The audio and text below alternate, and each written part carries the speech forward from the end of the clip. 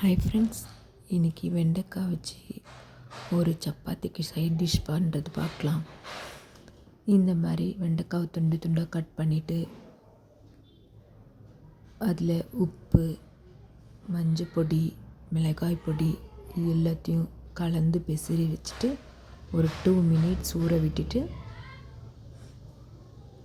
நல்லா இந்த மாதிரி எல்லா இடத்துலையும் உப்பு, காரம் எல்லா மசாலாவும் படுற அளவுக்கு மிக்ஸ் பண்ணி விட்டுட்டு ஒரு பேனில் 4 ஸ்பூன் ஆயில் விட்டுட்டு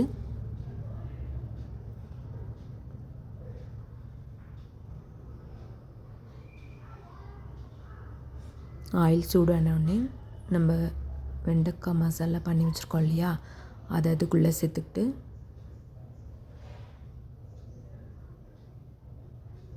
நல்லா எல்லா பக்கமும் படுற அளவுக்கு பரப்பி விட்டுட்டு நல்லா ரோஸ்ட் ஆகணும் வெண்டைக்காய். அந்த மசாலாலாம் அதுக்குள்ளே இழுத்துட்டு நல்லா வெண்டைக்காய் ஃப்ரை ஆகி வரணும். அது வரைக்கும் நல்லா வதக்கணும். 2 வதக்கிட்டு அதுக்கப்புறம் நல்லா ஸ்ப்ரெட் பண்ணி விடுங்க. அதுவே தானாக நல்லா ட்ரை ஆகும்.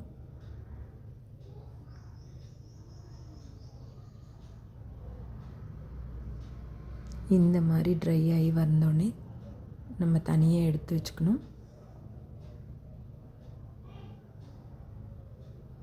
இப்போ அந்த கிரேவி பண்ணுறது எப்படின்னு பார்ப்போம் வாங்க. திருப்பி அதே பேனில் 3 ஸ்பூன் ஆயில் விட்டுட்டு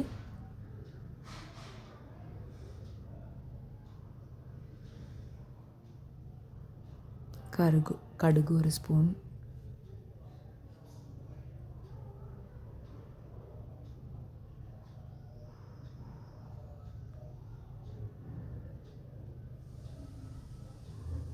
கடுகு பொரிஞ்ச உடனே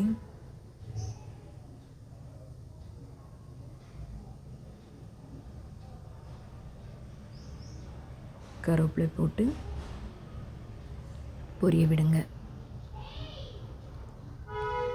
நான் சாம்பார் வெங்காயமும் பாதி, பெரிய வெங்காயம் பாதி கட் பண்ணி ஒரு 4-5 வெங்காயம் பொடியாக கட் பண்ணி அதுக்குள்ளே சேர்த்துக்கிறேன். நல்லா எண்ணெயில் வதங்கணும்.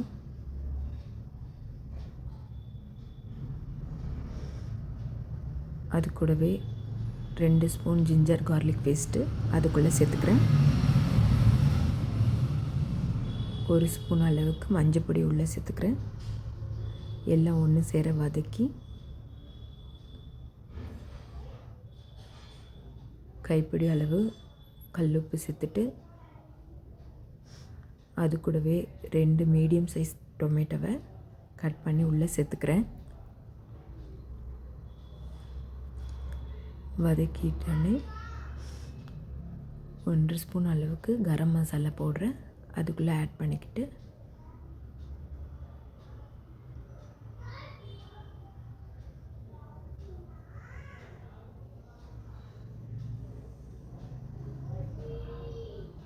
காரத்துக்கு குழம்பு மிளகாய் பொடி 2 ஸ்பூன் உள்ளே சேர்த்துக்கிட்டு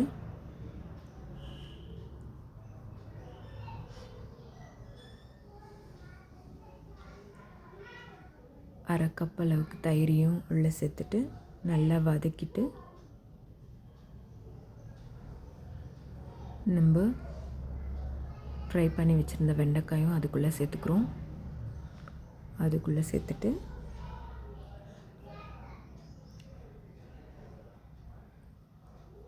தேவையான அளவுக்கு தண்ணி விட்டு மூடி போட்டு நல்லா குக் ஆகிற வரலும் விட்டு எடுத்தால் வெண்டைக்காய் மசாலா ரெடி.